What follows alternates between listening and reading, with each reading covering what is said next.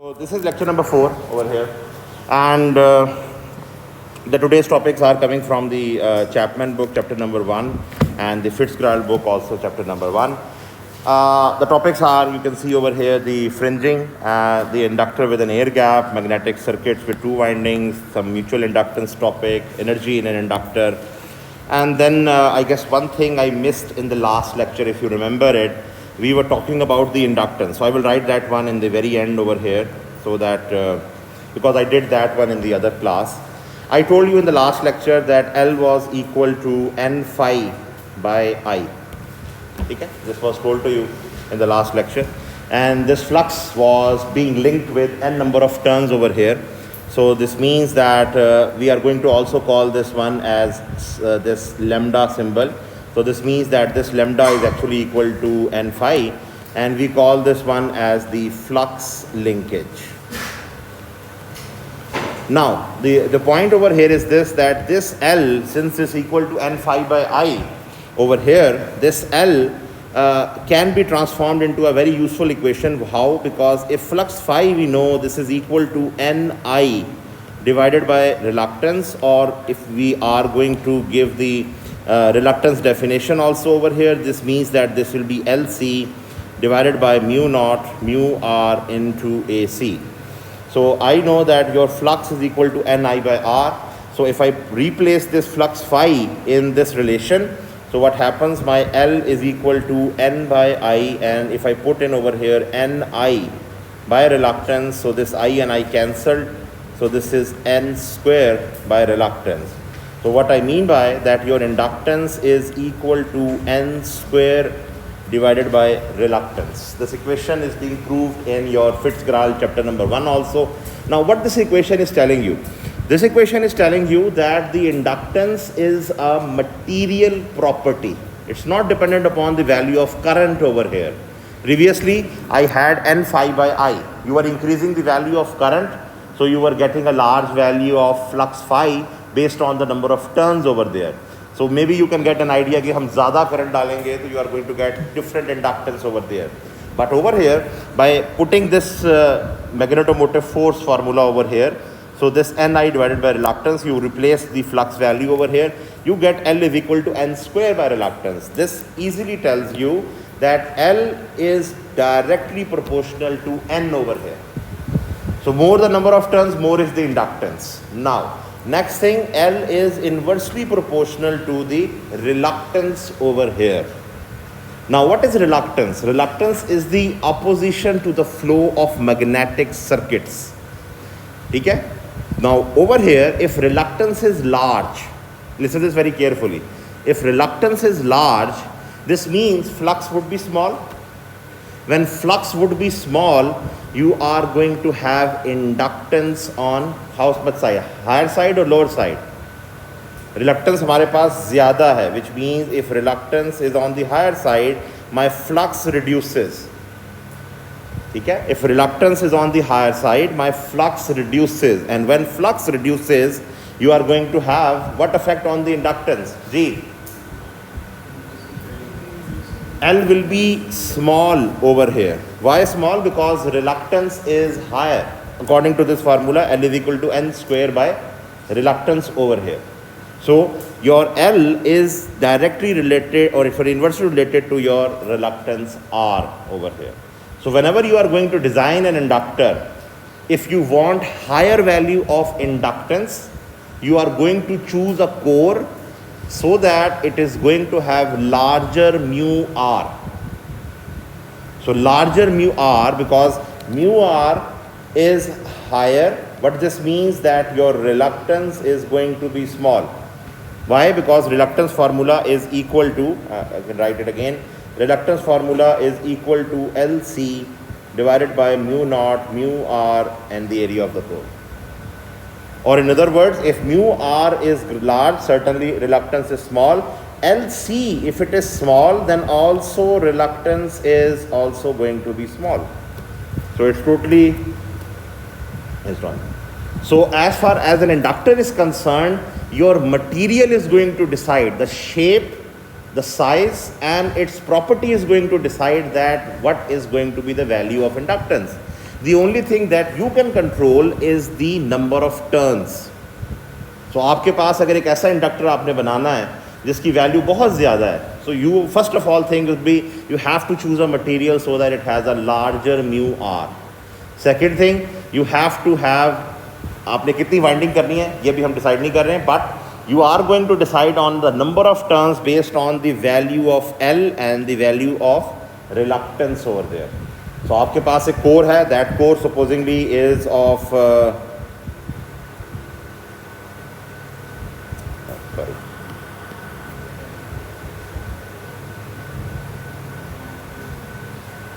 supposingly that core is of circular shape. So when that core is of circular shape, you are going to do winding on that core. So this core, you are going to call it as a toroid. Now, what size of core you want to use, that depends upon the amount of current you have to travel over there. आपके inductor में से कितना current flow करना है, that is going to decide that what type of core, because the amount of current decides the size of the wire. If your current is small, you can use a very small gauge wire, maybe something 20-24. I'm talking about standard wire gauge, not American wire gauge, SWG. You can Google it out on anywhere. You will find out SWG table. That's why I'm using the SWG gauge 20-24. They're very thin wires. But if I have supposedly a current in excess of 6 amperes or 10 amperes, that is going to be a huge current, then I will have to use some 16, 18 or maybe even 14 wire gauge, standard wire gauge. They have, so as you decrease the SWG number, you are actually increasing the size of the wire, which means the cross-sectional area. अब cross-sectional area आपका ज़्यादा होगा. What will happen? You will require more space over here to wind it. So you will have to choose a larger inductor. So you can't say कि जी आप हाल road से एक छोटा सा कोर उठा लेते हैं, वो कहते हैं जी मैं इसके ऊपर 10 एम्पेयर की वाइंडिंग कर दूंगा. The shape, the size is going to determine कि आप first आपने you have to do 100 turns and it is going to be an 18 or 16 wire gauge, then space is not there to do 100 turns. Then you will have to use a larger core.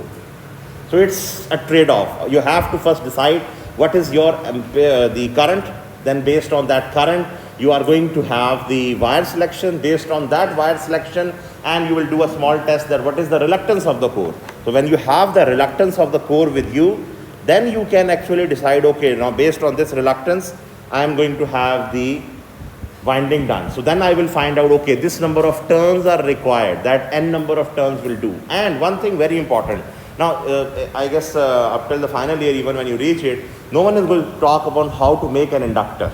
Okay? This is the only course where I am discussing it. You will talk a lot about inductance, that what effect does it do, V is equal to LDI by dt or all other effects, but no one is going to talk on inductor. But when you will reach your final year, many of you will be doing projects on power electronics, which is actually the normal day routine of electronics, which means the charger, this converter over here, the power supply of your laptop, your mobile or anyone.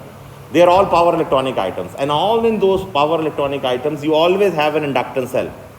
And when I'm talking about power electronics, they are not working at just 50 hertz, the input supply. They are working at something 100 to 100 kilohertz to approximately 1 megahertz. These are very high frequencies.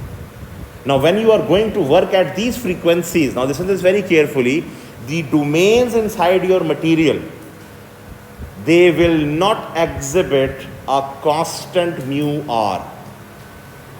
So आप एक inductor बनाना चाहते हो, आपने उसको supposedly 100 hertz पे test किया, उस वक्त उसकी म्यू आर डिफरेंट आएगी. But when you are going to test it at 100 kilohertz, it's mu r will be different. So whenever you are going to design an inductor, you have to take that into consideration, that what frequency at which you are working it.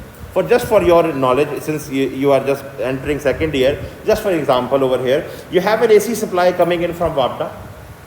That AC supply, I'm not going to draw the electronic circuitry over here. I'm just going to tell you that what is the block diagram. First of all, there is a bridge rectifier over here, or a simple diode rectifier over here. Bridge rectifier or diode rectifier, which means that you have input 230 volts over here, and after rectifying it, you have converted it into a DC signal.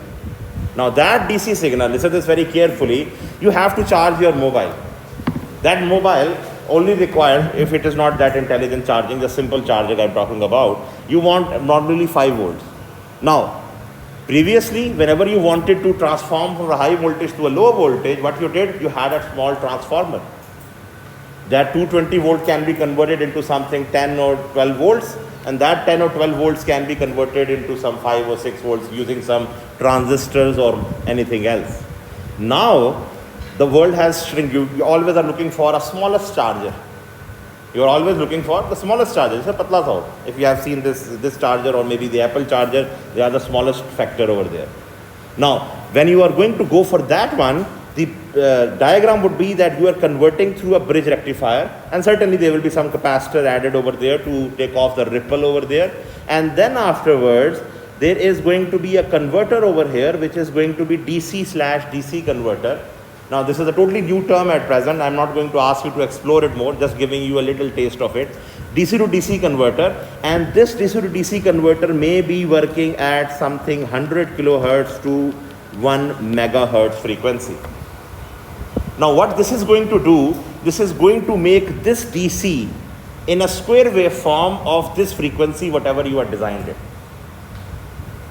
So your frequency is going to be 100 kilohertz, so the inductor which is going to be inside a DC to DC converter is going to be very small.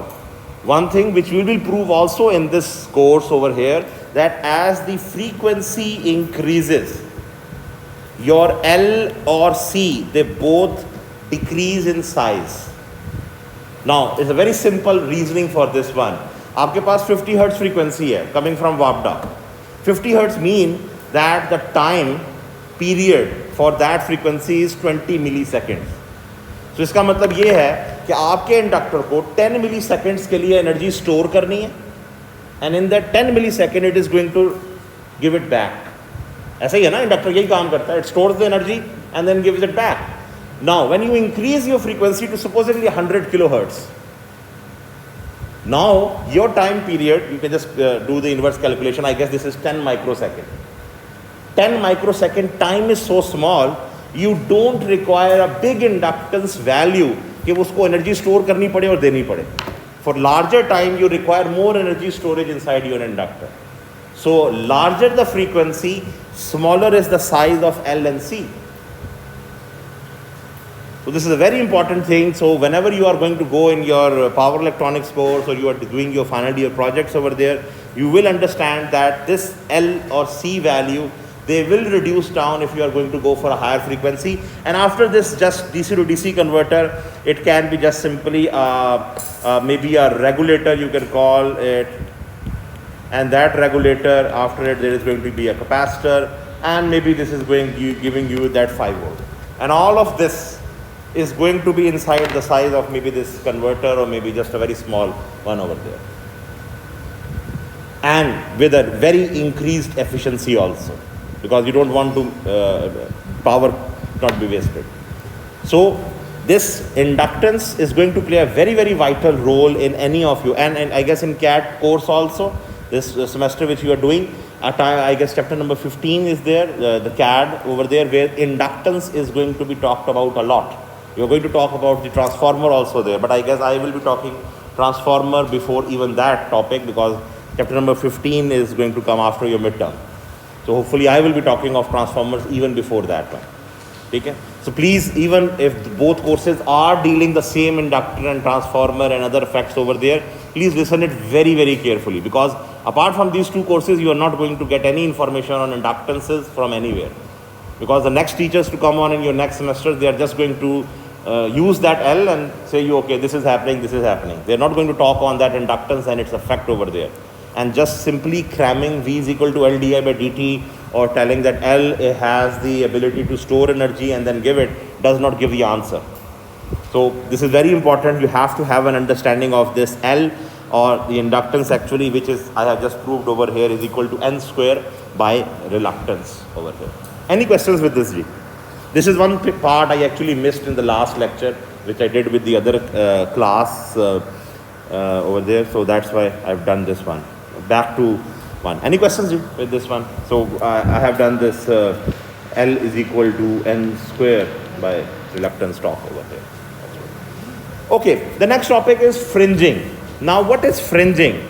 I hope every one of you who has gone through the elementary classes have an idea. If you have gone through the optics chapters, you must have seen that there was a light traveling from one medium to another. There was refraction taking place. It was bending.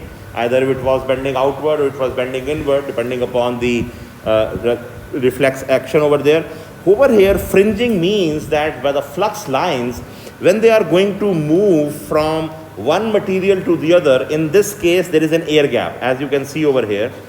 The flux lines, technically or theoretically, they should be moving in a straight line.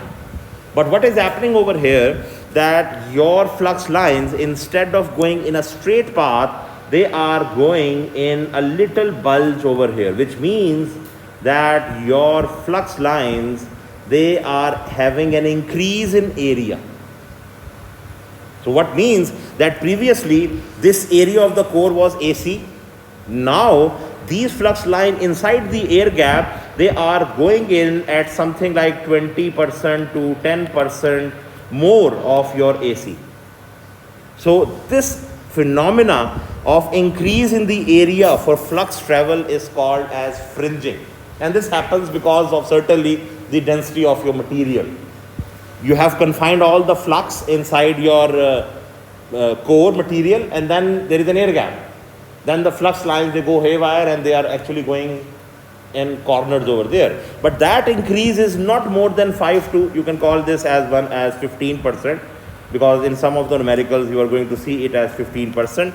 So 5 to 15% is going to be the increase over there. So this increase in area, what effect it will have? This is very important. Now this effect over here means that the total core area, which is equal to R core plus Rg, this Rg is going to be now having a different area than the R core calculation. This time your Ag is going to be, supposedly there was a 10% increase. Because of that 10% increase, you have 1.1 multiplied by area of the core. If there was a 15% increase, this will be 1.15. So you will have to take a different value of core area if Ag is there. Now fringing, what it is doing, it's increasing the core area or the air gap area actually, so that now what happens, the Rg value is going to be a little reduced, because Rg is inversely proportional to the cross-sectional area. So when Rg is going to be a little reduced, your overall flux is going to be a little variable over here. But what advantage it's giving or disadvantage it's giving? Now, what I wanted, supposedly, for example, this was my diagram, and I wanted, for example, let me just take this diagram, and I don't want to actually, it was quite good diagram. I actually want to draw another one over here. So, okay, so let me just increase the size. So, okay, now instead of having this core having just an air gap over there, and I rub this over here, let me rub this a little one, and then I have to change this one. So what I do over here, I make the pole shape a little curved like this, and over here I make this one also curved and this one like this, and certainly this one will be something like this. Now inside this one I have made it curved, so now if I place inside this one,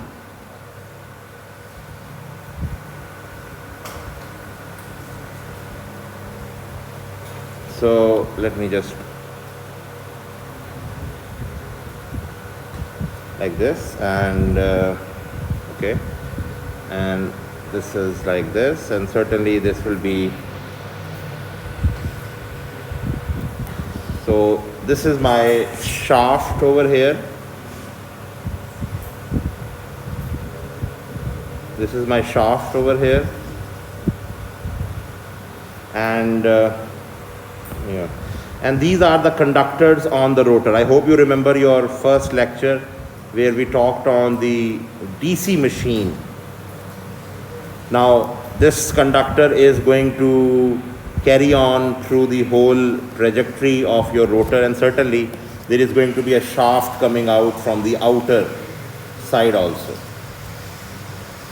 Now, what I have done over here, if you see very closely, I have converted that very simple circuitry into a DC motor, and I am producing a flux for that motor over here.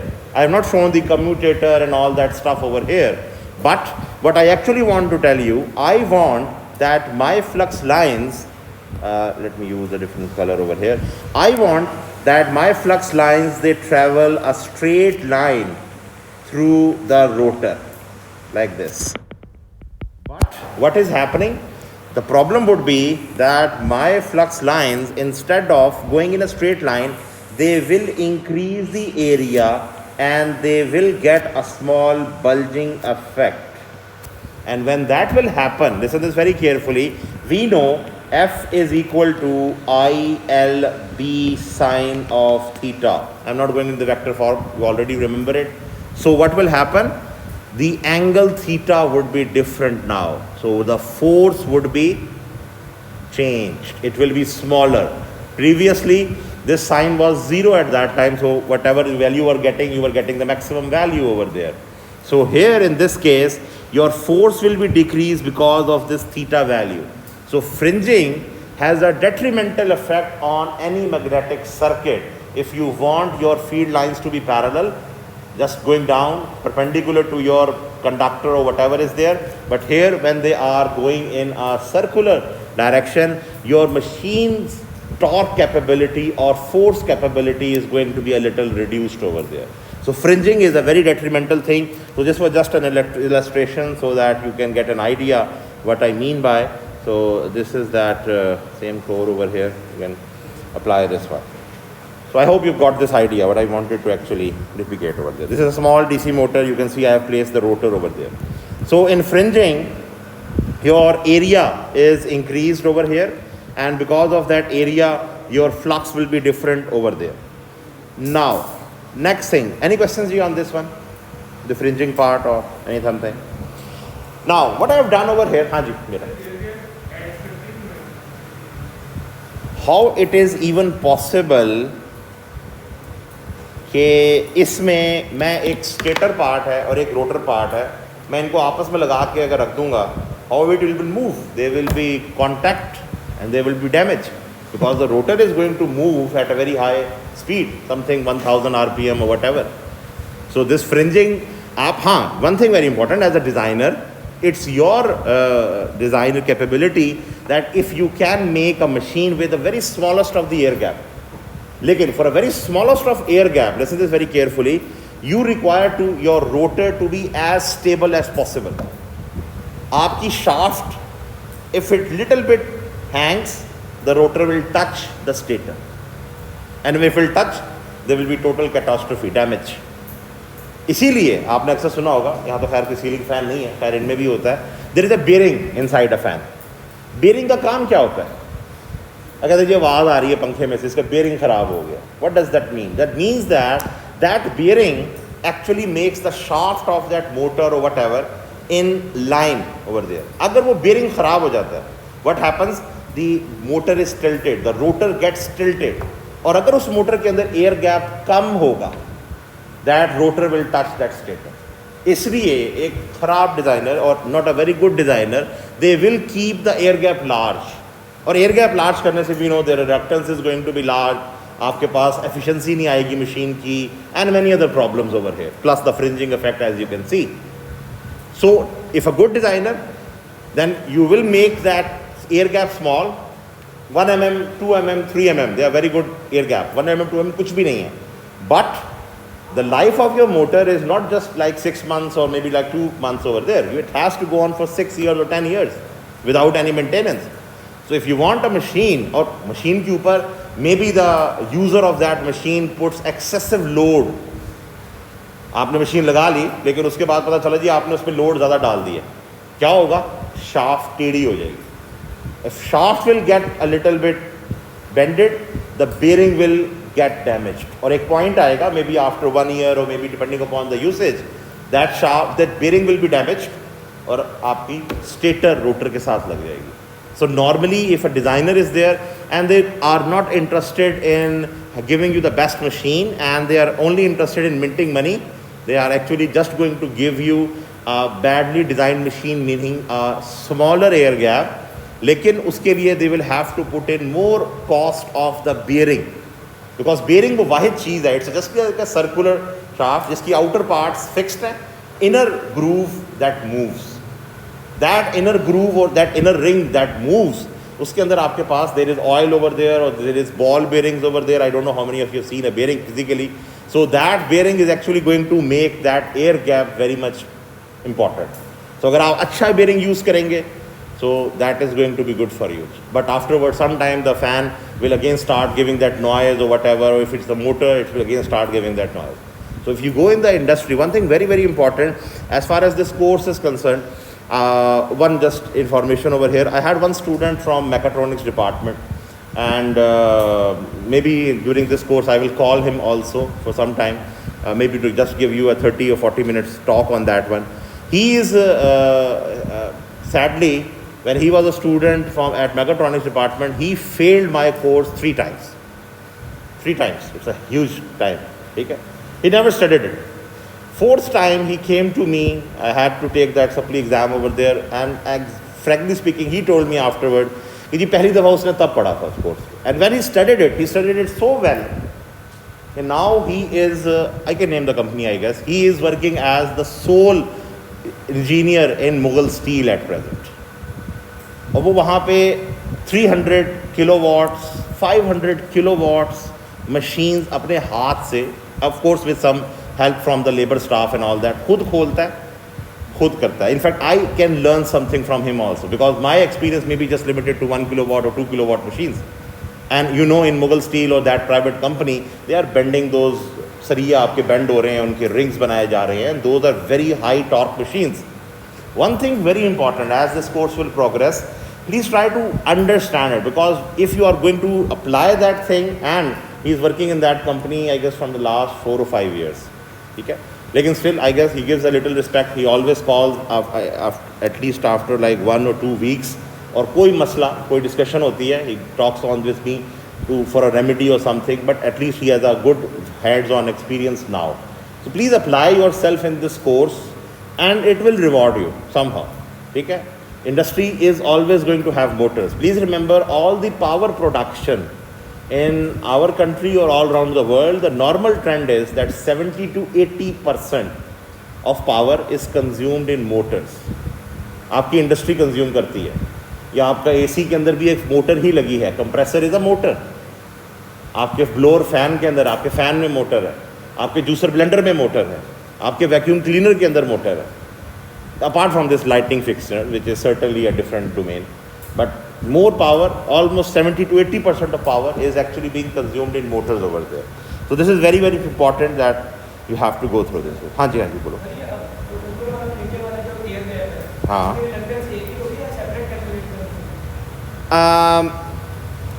If the rotor is moving, okay, air gap is constant, above, small also, then it will be safe.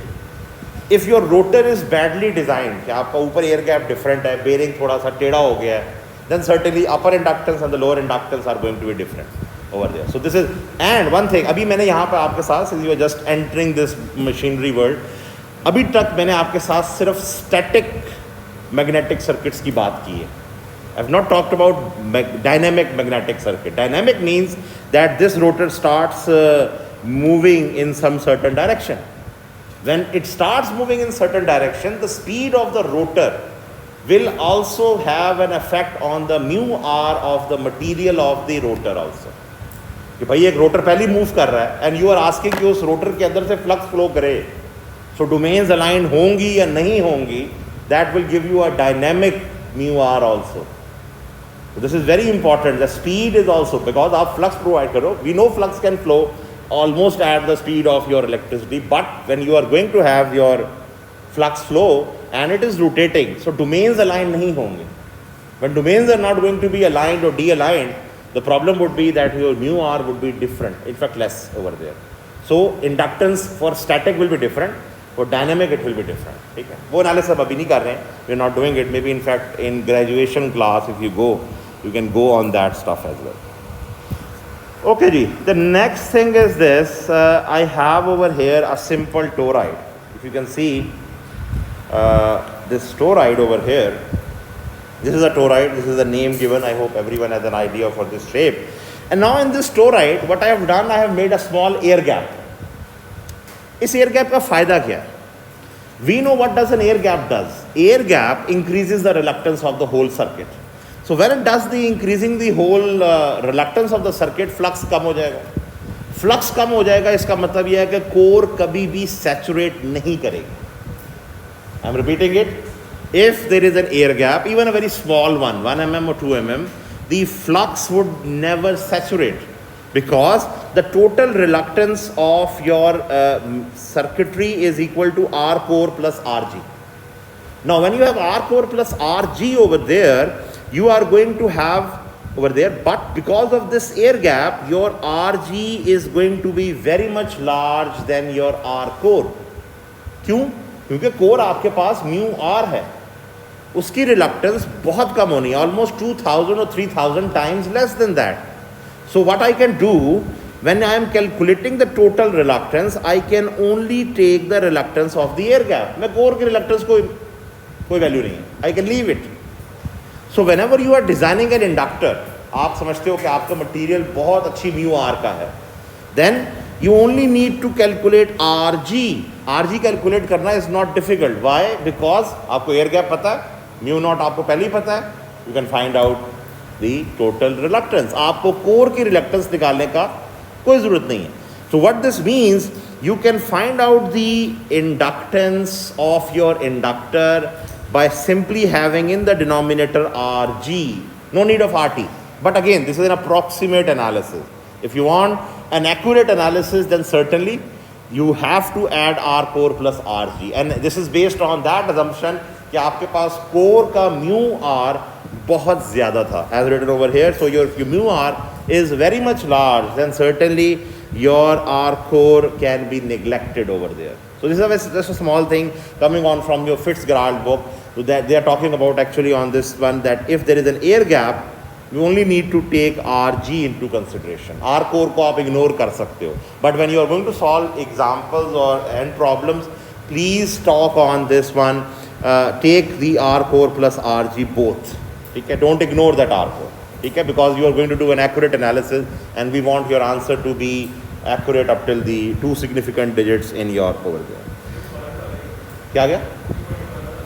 देखो, this R core plus RG is the total reluctance. इस circuit को अगर मैं आपके सामने अगर if I draw the equivalent circuit of this one, it's going to have this Ni. This is the reluctance of the core. This is the reluctance of the air gap. This is RC. This is RG. लेकिन मेरे पास R core की reluctance निकलनी कहाँ से है? From this mu R. Mu R is very much large. Supposedly it's a 2000 to 3000 plus value. So what will happen? The value of your RG is going to be much greater than your R core.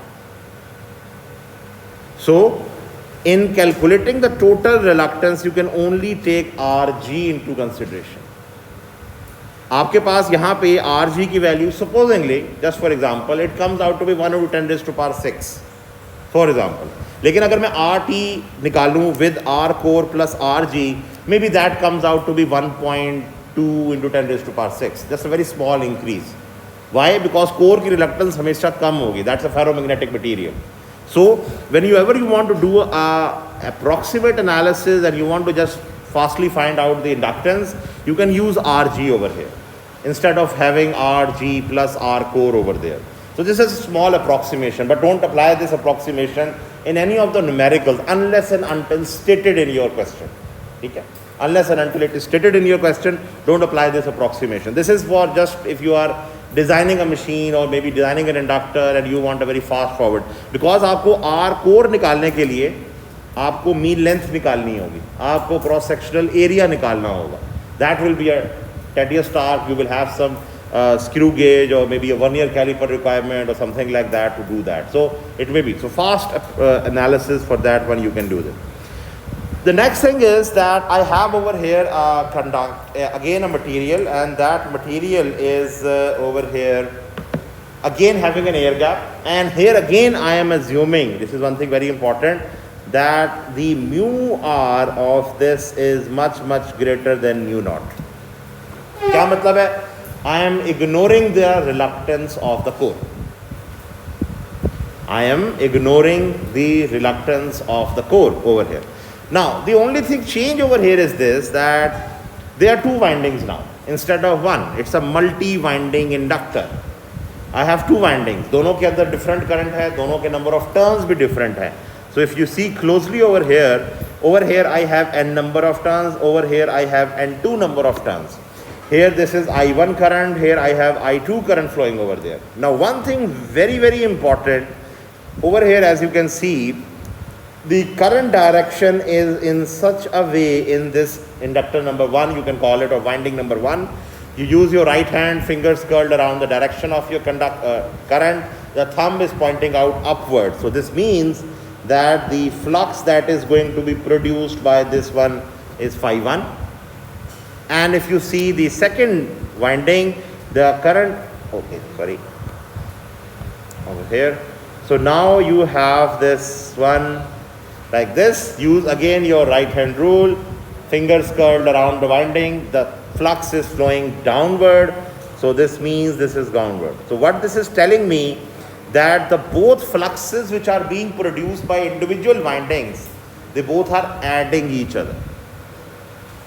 Now, if the direction of current in any of one winding is reversed, if any one winding is reversed, both fluxes would be subtracting from each other.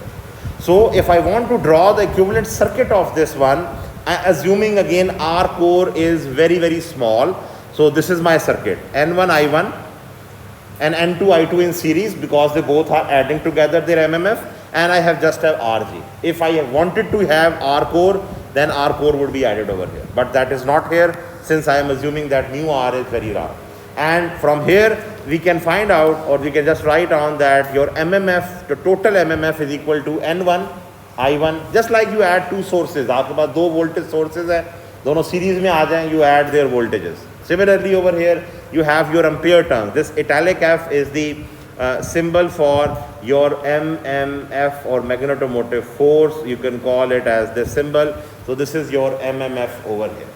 Now you have your total MMF. I am now interested in the total flux that is flowing, not the individual flux, the total flux over there. Now for the total flux, what I have done over here in the numerator, I have the total MMF added together too, and in the denominator I have only RG, because I have assumed R core is small. Put in the value of RG. What is RG equal to? G, because the air gap is G divided by mu naught AC. There is no mu R because this is an air gap. Okay? There is no mu R over here. So if I take this one, simplify this one up till here, so I have just N1 I1 plus N2 I2, and then I have mu naught AC over here. So this is telling me the total flux over here that is flowing inside the core by two winding inductor over here. Now, as I told you in the very start, that when L was equal to, L was equal to N phi by I, and I told you at that time that this N phi is written as this lambda symbol that is over here, that this lambda is the flux linkage. Now, when I want to find out the flux linkage, listen to this very carefully. What is the total flux being produced over here? That is phi, which is actually the sum of phi 1 plus phi 2, which is equal to phi. So I have total flux phi. Now that flux phi is flowing inside this core. That flux phi is going to interact with one winding. It's also going to interact with the other winding. Okay? So there is going to be two flux linkages over here. One phi multiplied by N1, the other one phi multiplied by N2.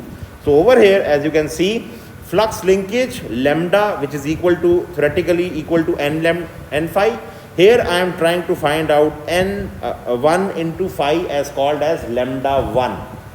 यानी कि total flux phi linked with n1 is giving me the flux linkages for coil number 1. Now if I put in phi value from over here into this formula and I just add it n1, this formula now becomes, you see this very carefully, this is n1 square multiplied by the inverse of reluctance mu naught AC over G and I1.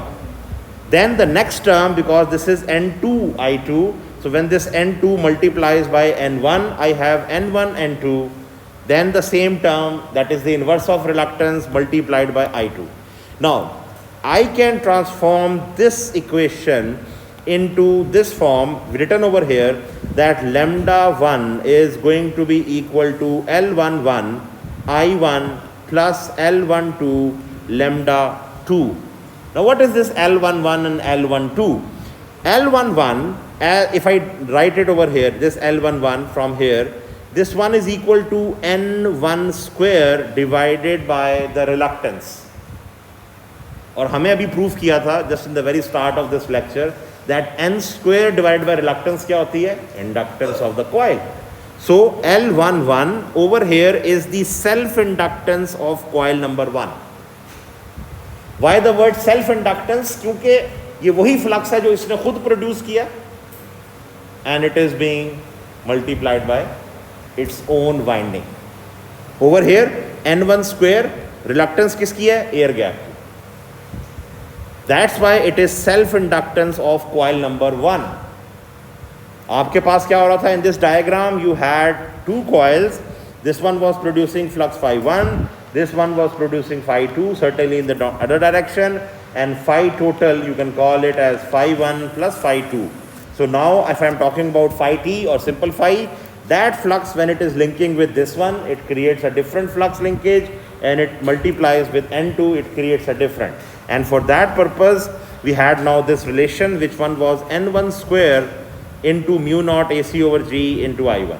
Now this term over here is actually n1 square divided by reluctance. And what is n square by reluctance? It's actually the inductance of the coil. But since over here, I have I1 being multiplied. See this very carefully. What is I1? I1 है first coil का current. So when this I1 is being multiplied by L11, I am getting the flux linkage. See this very carefully. This is the flux linkage of coil number 1 with its own current I1 flowing over there. And the second term, as you can see over here, there is, this one is, this one is I2. This one is I2. Sorry on this one. So this one is I2. So what is L12? L12 over here is the mutual inductance of the two coils. Or in other words, I can call this one as L12. Here if you take this one from this formula, N1, N2 divided by the reluctance or multiplied by 1 over reluctance. Same thing. So I have L12 equal to N1, N2. What is N1? Number of turns of the first. N2, the number of turns of the second coil. I call this one as the mutual inductance of coil 1 and 2. What I mean by mutual? Mutual means that over here in this term, I have L12 multiplied by I2. Now what does L12 suggest? I have two subscript over here. The first subscript is 1. The second subscript is 2. This is telling me the flux linkage of coil number 1 due to current I2. Current I2 की वजह से जो flux produce हो रहा है उसका affect on the first coil. This equation you can C over here. The first term has I1 का affect अपने ही कॉइल पे. सेकेंड टर्म I2 का अफेक्ट फर्स्ट कॉइल पे. So this is lambda 1. हम सिर्फ फ्लक्स लिंकेज फर्स्ट इंडक्टर की निकाल रहे हैं. I M again repeating. Lambda 1 is the flux linkage for inductor number 1. Inductor number 1 के ऊपर दो फ्लक्सेस आ रहे हैं. हमने टोटल फ्लक्स निकाल लिया फाई, लेकिन हमें पता है phi is actually a sum of phi 1 plus phi 2. So first term phi 1 का इफेक्ट क्या है, वो उसका अपना करंट है, इसलिए I1 multiplied by L11 self inductance. Second term I2 multiplied by L12. First subscript is telling you that the flux linkage of coil number 1 due to current I2. See the order of this subscript. ये बड़ी important चीज़ है. L12 is the effect of the second coil current I2 on the first coil. Inductance, that is called as mutual inductance. So if you want to calculate this one, this is going to be the flux linkage for coil number 1 due to current in coil number 2. So this whole term tells me the total flux linkage of coil number 1. अगर मेरे पास इस circuit के अंदर if there was another winding, supposingly there was a third winding on this one, और वो भी flux add कर रही होती, then this equation would have L13I3 another term over here. I hope you have got this now. You give the number of coils, their effect on the, हम क्या कर रहे हैं, फर्स्ट कॉइल के ऊपर हर एक इंडिविजुअल फ्लक्सेस का क्या इफेक्ट है. क्यों, हमें क्या चाहिए, हमें फ्लक्स लिंकेज चाहिए. We need lambda 1. What is lambda 1? The flux linkage of coil number 1. Flux linkage कैसे निकलता है, N5 से. N क्या है, N1 है यहाँ पे, क्योंकि हम फर्स्ट कॉइल की बात कर रहे हैं, और हम phi 1 यहाँ से आ रहा है, phi 2 यहाँ से आ रहा है, phi 3 यहाँ से आ रहा है.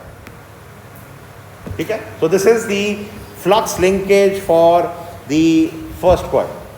Now repeat the very same for second coil. Lambda 2. Lambda 2 is equal to N2 phi. N2 phi क्या है, number of turns on the second coil. लेकिन total flux का क्या effect है, लेकिन हमें पता है कि flux phi is actually phi 1 plus phi 2. So putting the value of phi from the same one, this equation added over here, multiply it by N2, you arrive at this equation. यहाँ क्या है, N2 N1 multiplied by mu naught AC by G I1. Same term, कोई चीज़ फ़र्क नहीं है इस term में and this term में, कोई फ़र्क नहीं है. डेलिबरेटली यहाँ मैंने N1 पहले लिखा है, N2 बाद में, यहाँ मैंने N2 पहले लिखा है, N1. Mathematically they are same, nothing change. The second term, instead of previously there was N1 square over here, now this is N2 square. So same definition applies. This one is self-inductance of for second coil.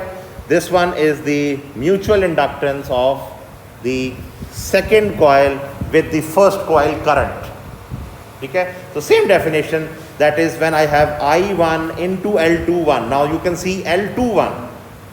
L21 is the effect of the current which is flowing in the first coil on its second coil over there.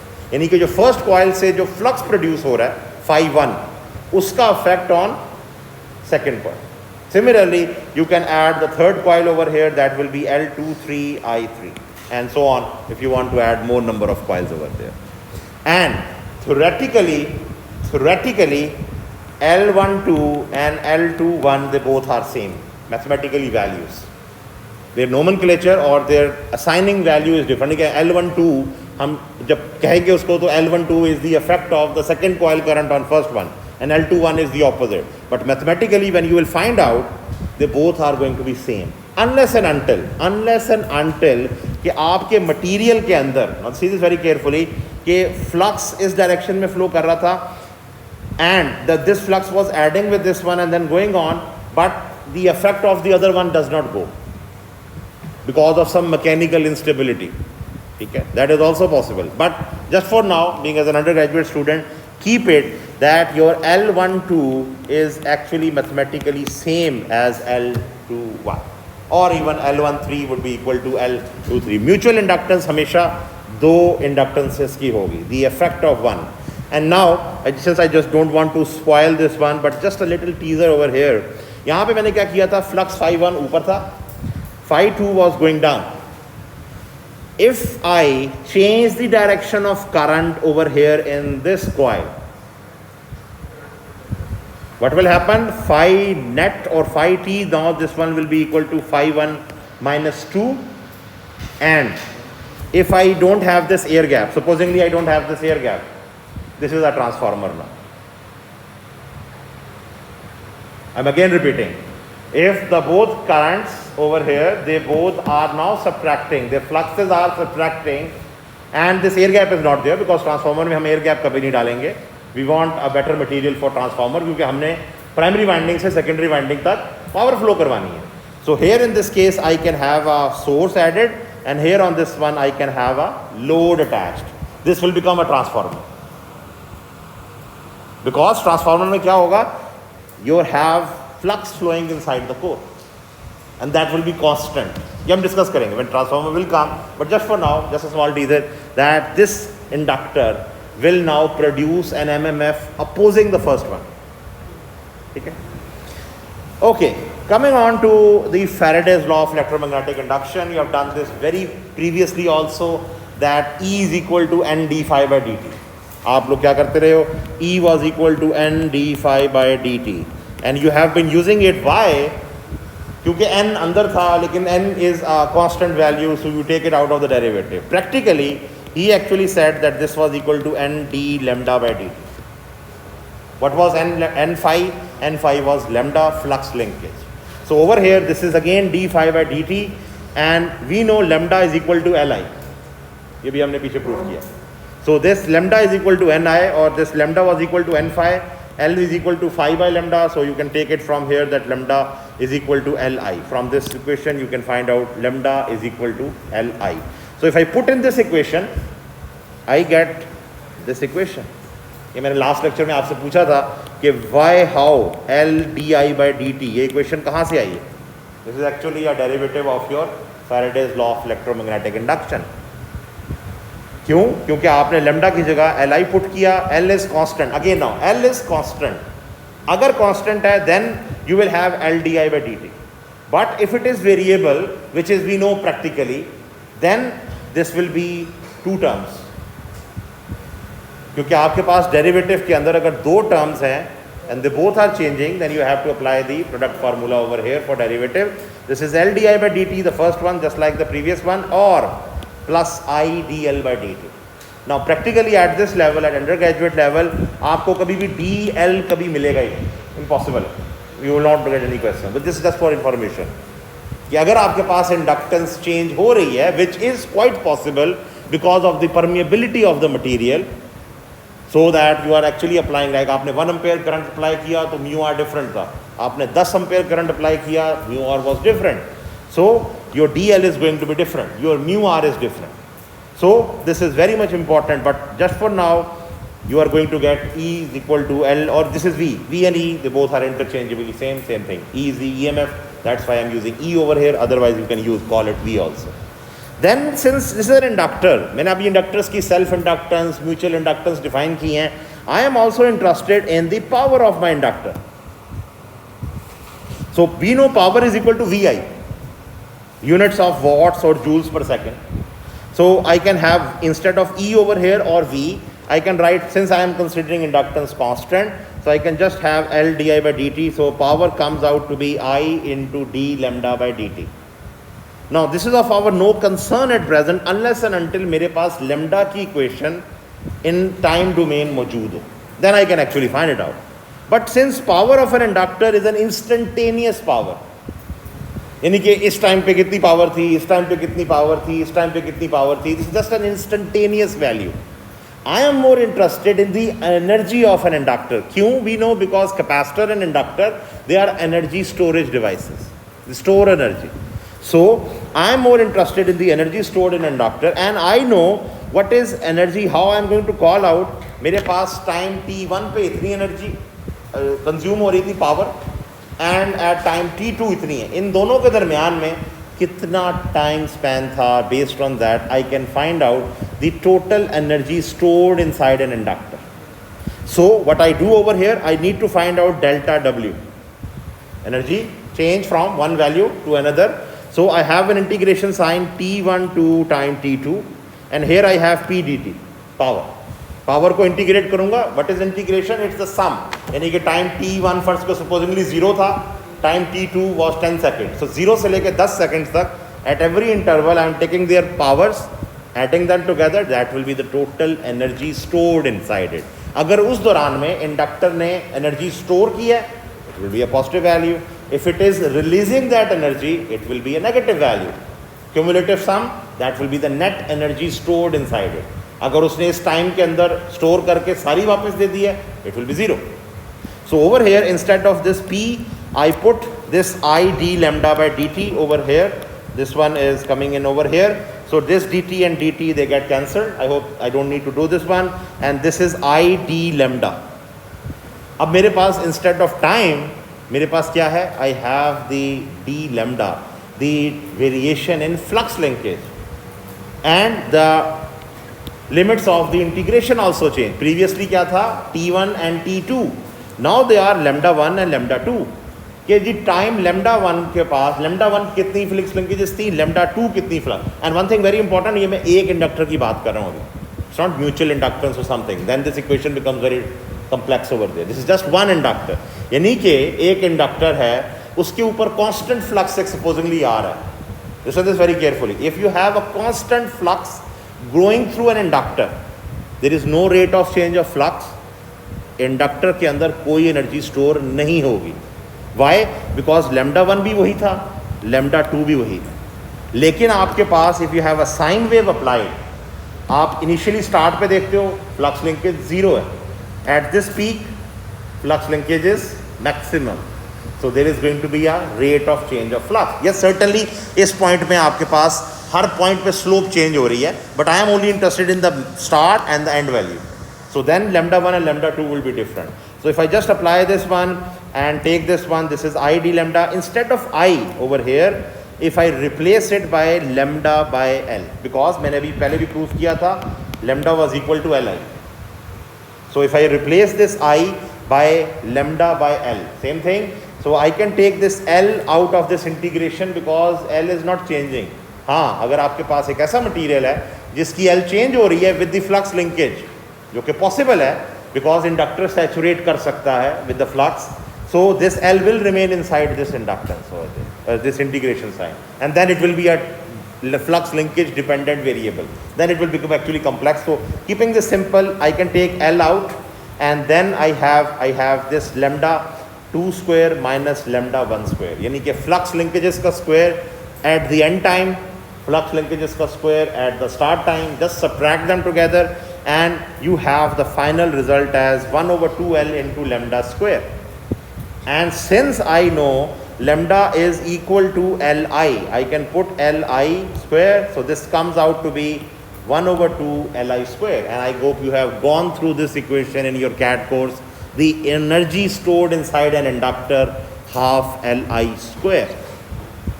This is the same equation proved over here, but I have done it from the Faraday law of electromagnetic induction up till now. And similarly, I don't need to prove it. I hope you are already familiar. I'm not discussing it, but just as a relevance, the energy stored on a capacitor, half CV square. Same thing. And I hope you can understand, inside an inductor, I is the energy stored over there. Her I की form में store होती नहीं है. It's the flux actually which is being stored over there. But inside a capacitor, it's the voltage that is stored. So that's why it's half CV square. So this is the overall over here, and 2-3 things from this one which I guess I don't need to do them. If you remember your first lecture, I talked about the Fleming's left hand rule, and I told you Fleming's left hand rule can be applied on a motor, and Fleming's right hand rule can be applied on a generator. I did not apply the generator rule, but kindly go through articles. I guess this is from your book, if I just give you an idea from the contents. Okay, I guess this is 1.5.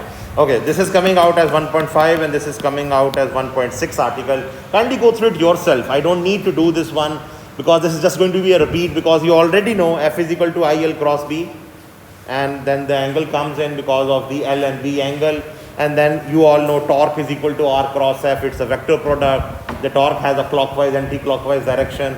So in this chapter number 1, from article 1.1 till 1.7, they are just discussing how to apply the left hand rule and the right hand rule over there.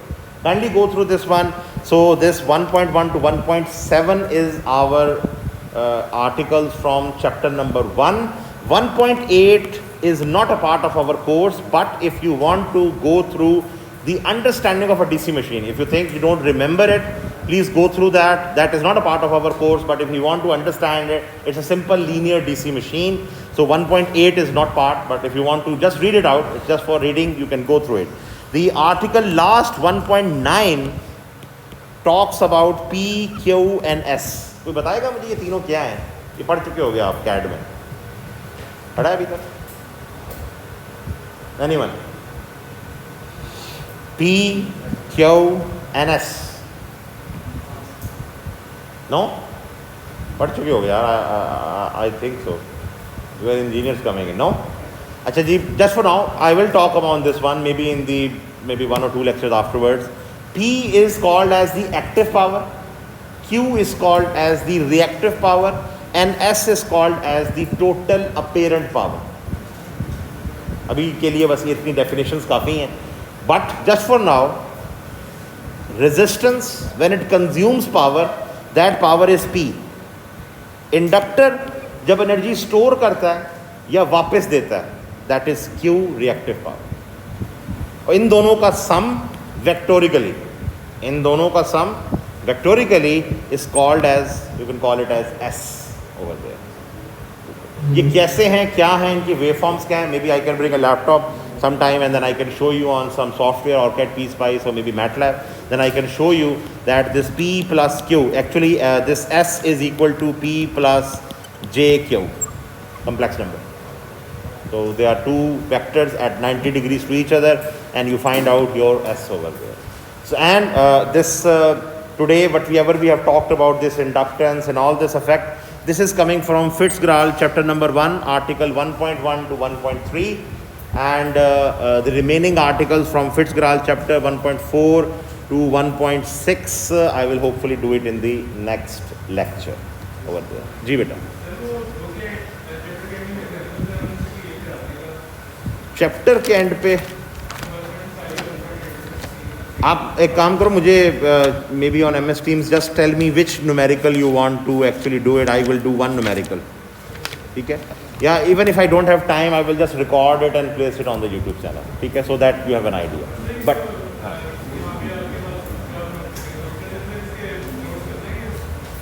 आप लोग copy नहीं करते हो, मेरे last year का experience बड़ा बुरा है. नहीं, आप लोग कॉपी नहीं करते. I will give the video is there and hopefully it's being recorded. वरना मेरी पिछली दफ़ा कल रात की मेहनत मेरी ज़ाया गई है सारी. मैंने पूरा ये लेक्चर बोला है और फिर दोबारा से. बट एनीवे, जी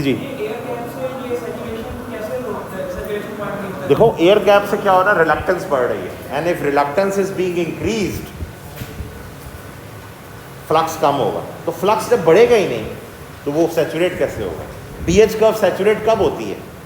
जब आपके पास फ्लक्स ज़्यादा हो रहा है. क्यों फ्लक्स ज़्यादा हो रहा है? B ज़्यादा हो रहा हो. जब B ज़्यादा ही नहीं हो रहा तो फ्लक्स सैचुरेट ही नहीं होगा.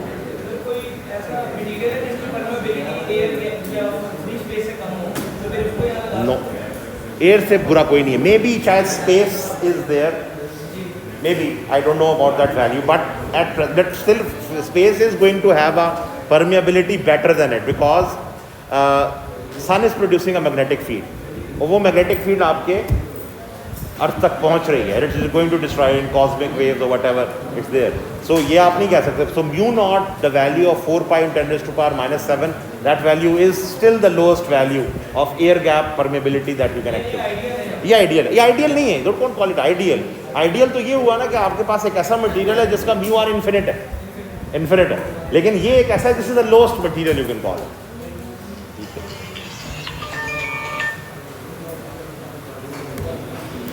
Okay, let me